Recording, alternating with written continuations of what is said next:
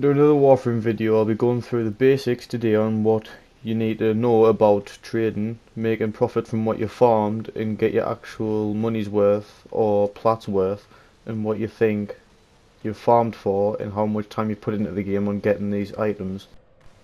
First of all, we'll go over what can actually be sold in chat. You can sell prime parts, so like chassis, neuroptics, systems and blueprints.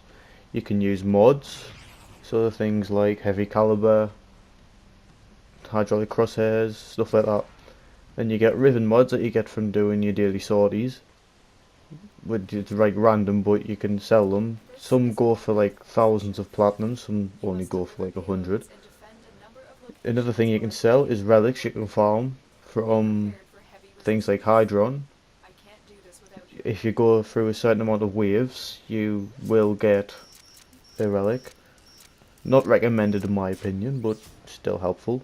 You can sell imprints you get from your pets, so things like Kubro imprints and Kavat imprints. Also not recommended in my opinion, but go ahead if you need them plat. And now,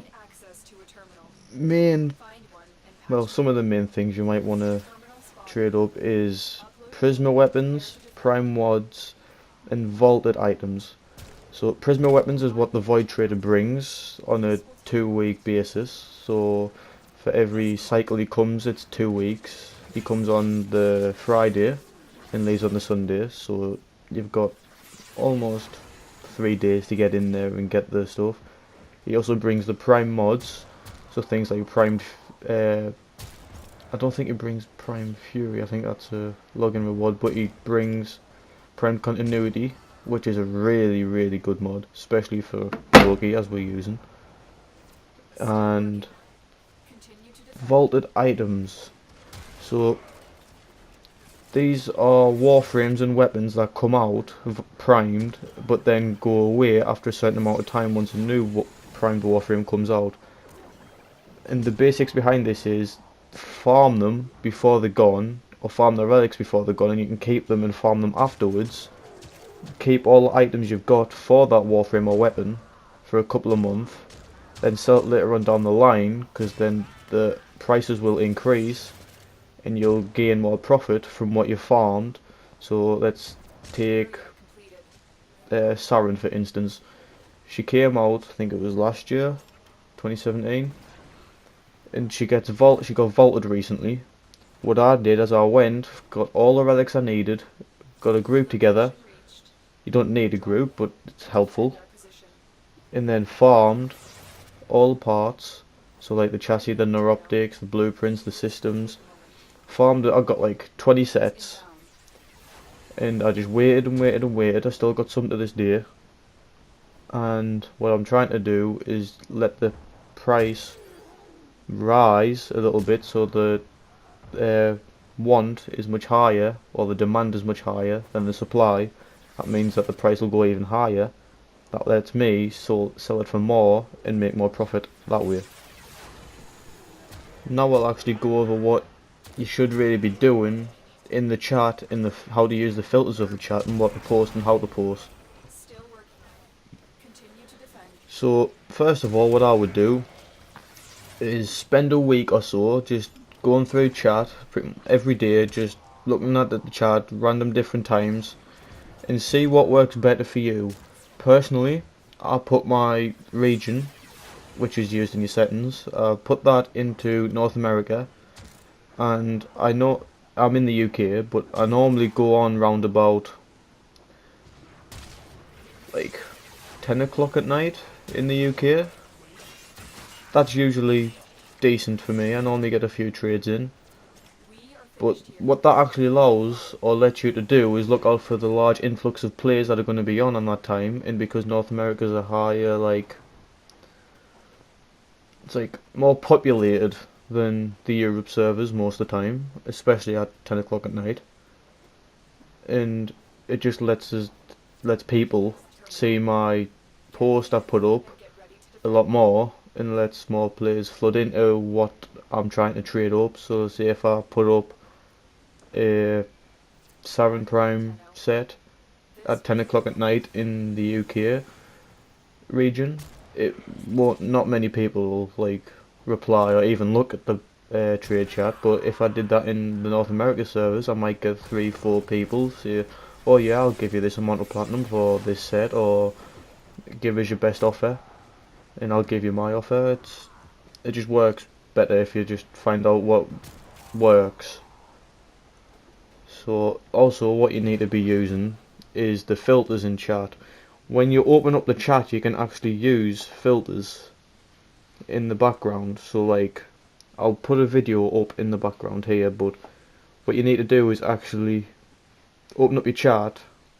I think it's triangle on the PlayStation, and it'll let you search for the filter you want. So what if I'm selling at the time, I'd put WTB, which means want to buy, and I'll put that up so everything that says want to buy or WTB comes through only because I'm trying to sell. Or if you're trying to buy, you put WTS, which means want to sell or willing to sell, and then all the people who are trying to sell will come through. And then if you just want to make it like a trade, like an even trade, what you would do is put WTT, which is willing to trade or wanting to trade, which will then all come through into your chart and nothing else. Now what takes time basically on figuring out is negotiating skills and finding out what things are worth and what you actually think things are worth. So let's say I put up a Loki Prime the first day he come out. I think I got a set in the first 2-3 hours he came out. Someone popped up was like, yeah, I'll give you 120 platinum, because he was going off what he was going to be worth later on down the line. But I said no, because he's just say came out, in that he's a decent frame. He should be worth more than that. He's helpful in defences, as we've seen in this mission right here, and also I put a lot of time and effort into farming up all of my reputation from my syndicates to get the relic packs before he came out, and then I also went through and got all the reactant I needed to refine the relics. So I said, because he's just say came out, I would say 200 already off the bat, but considering the amount of time I put in, I'm going to say 350. Person says no, and I goes, give us your best offer. He says 300. I says, right, okay, no problem. I'll take the 300. He's only reduced it by 50, which is not a bad thing. Usually I wouldn't take that if it's on like a mod. If they lower it by like 10, 20, then take it. But if it's by 50 and stuff like that, don't take it. Unless it's a really high priced item. And also, if you're going to buy something before it gets vaulted and the other person doesn't know, give them a little heads up. Like, don't just be a dick and take the item. Just say, you know this is going to be worth more down the line. If you're willing to sell it now, okay, I'll take it. Like, be nice to people in chat. So let's say Necros, before he got vaulted, I went into chat for a good couple of days before he got vaulted, and the items were going for about 20 to 50 platinum, like, depending on the rarity. I think but the cheapest item for me that I got was a 10 plat neuroptics, and I even said to him, keep it if you need it, because you're going to get more platinum down the line in a couple of months. And he says, no, I'm not going to wait. He says, okay, no problem. I took it. Good trade for me, bad trade for him. I mean, I tried to let him know, I tried to warn him, but he had none of it. So, can't really do nothing about that. So basically, what really takes time is trying to find out how to negotiate and stuff. Now we'll move on what you need to keep in mind when trading, and why not to get so angry with yourself or with the other player when trading. Just keep in mind that Warframe trading is an open marketplace where the item's only worth what the buyer is willing to pay. So if I get 3 people that pop up, let's say someone's called Jim, Bob and Sarah. Jim goes, yeah, I've got 150 platinum, I'll give you that for a Saren set. Says, right, hold on, I'll talk to these other 2 and I'll let you know. I'll come back, I'll go to Bob. Bob goes 200. And I says, right, okay, 2 seconds. And I go to Sarah. Sarah says 100. I'll let Jim and Sarah know that Bob's offered us 200, and then it'll like even out the prices, and they'll go all like 210, 220, 250, and I'll tell Bob that what's happened, and he'll go, okay, no problem, I'm just gonna stick with the 200. If you're gonna take it, let us know. If not, let us know. So I said to Bob, no, I won't take it.